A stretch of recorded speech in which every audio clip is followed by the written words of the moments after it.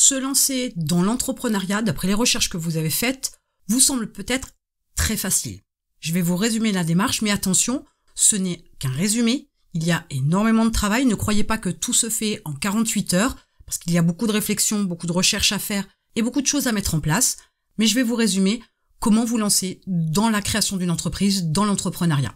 Il vous faut tout d'abord choisir un domaine dans lequel vous voulez vous lancer, avec lequel vous avez une affinité.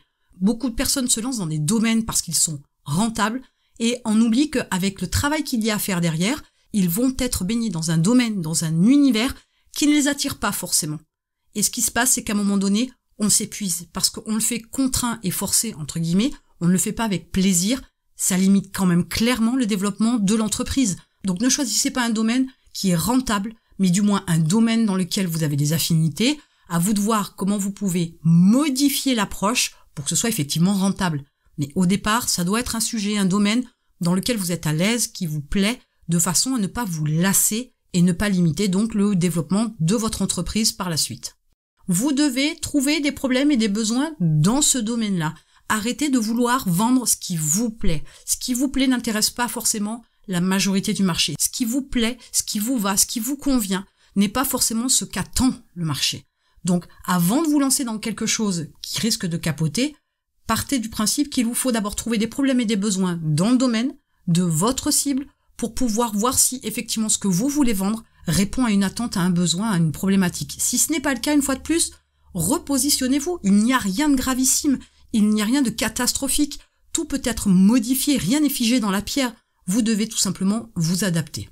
Vous devez donc par la suite trouver les bons produits qui répondent à ces problèmes et à ces besoins pour être très précisément en adéquation avec ce qu'attend le marché, avec ce qu'attend votre cible. Ne cherchez pas midi à 14h, n'allez pas chercher l'idée exceptionnelle de génie que vous pourriez mourir et ne jamais la trouver, cette idée de génie. Donc concentrez-vous sur des produits qui répondent déjà à des problèmes ou à des besoins, et notamment à ceux que vous avez identifiés, notamment à ceux auxquels vous voulez répondre. Ne cherchez pas très très loin, quelquefois la solution est sous la main. Internet est votre meilleur ami. N'oubliez pas d'élargir votre champ de recherche pour trouver les produits qui vous semblent les plus judicieux, les plus en adéquation avec les problématiques et les besoins de votre cible, de façon à pouvoir répondre à leurs attentes.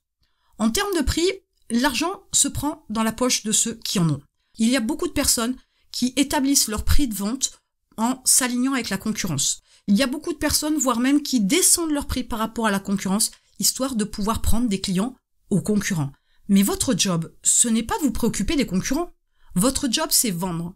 Votre job, c'est de vendre un produit de qualité. Votre job, c'est d'atteindre le bien-être de votre cible. C'est de répondre à une problématique, à un besoin, à une attente de votre cible. Mais comprenez que vous ne devez pas vous limiter au niveau du tarif, parce que si vous faites un tarif bas, vous avez aussi affaire à des gens qui ont peu de moyens, donc qui risquent de chipoter avec le prix. Par contre, faites un produit de meilleure qualité, établissez un prix au-dessus de vos concurrents pour fournir quelque chose de différent. Là aussi, n'oubliez pas qu'il y a différentes strates de cibles qui vont vous permettre de pouvoir gagner bien mieux votre vie si vous tapez sur un prix un peu plus élevé, mais avec un produit de qualité, avec des prestations, des atouts supplémentaires que n'ont pas vos concurrents pour faire la différence. Se différencier, c'est aussi important dans votre démarche dans l'entrepreneuriat. Enfin, présentez votre produit en vous focalisant sur ce que votre cible veut en termes de résultats, de bénéfices ou d'avantages. Vous ne pouvez pas, une fois de plus, vendre ce que vous voulez, mais vous devez aussi clairement mettre en exergue, en évidence, ce que va avoir votre cible en termes de résultats, de bénéfices ou d'avantages.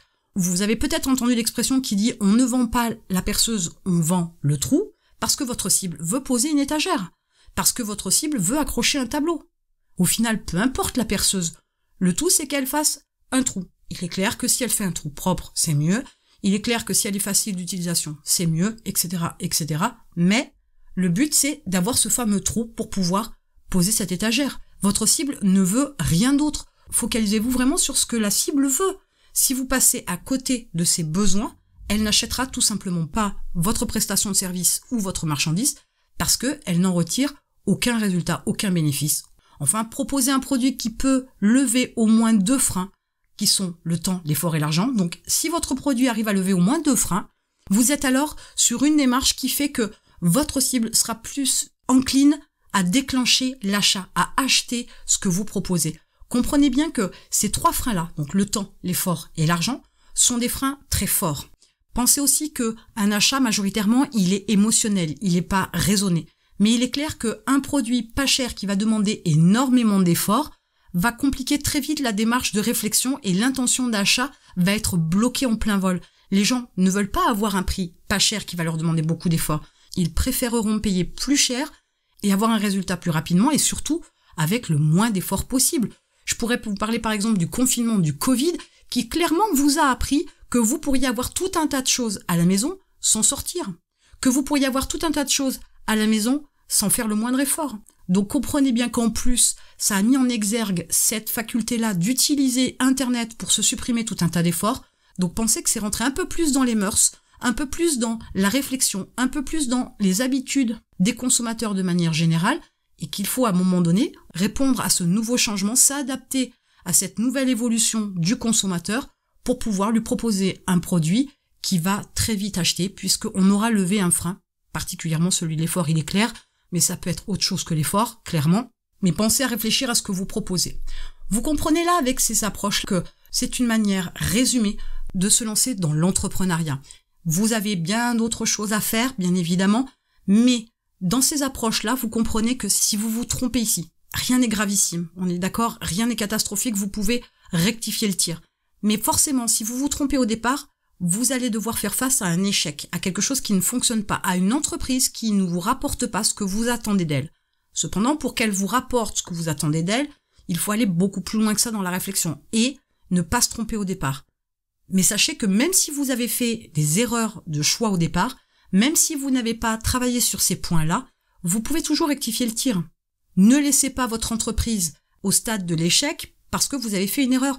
Assumez votre propre responsabilité qui est d'avoir une réflexion peut-être pas assez avisée parce qu'il vous manquait peut-être des informations, peut-être parce que vous êtes allé trop vite, peut-être que vous avez essayé d'imiter, de copier quelqu'un qui vous a inspiré, peut-être que vous vous êtes rendu effectivement sur un domaine qui était plus rentable qu'intéressant pour vous, à vos yeux du moins, et donc ce n'est pas très grave.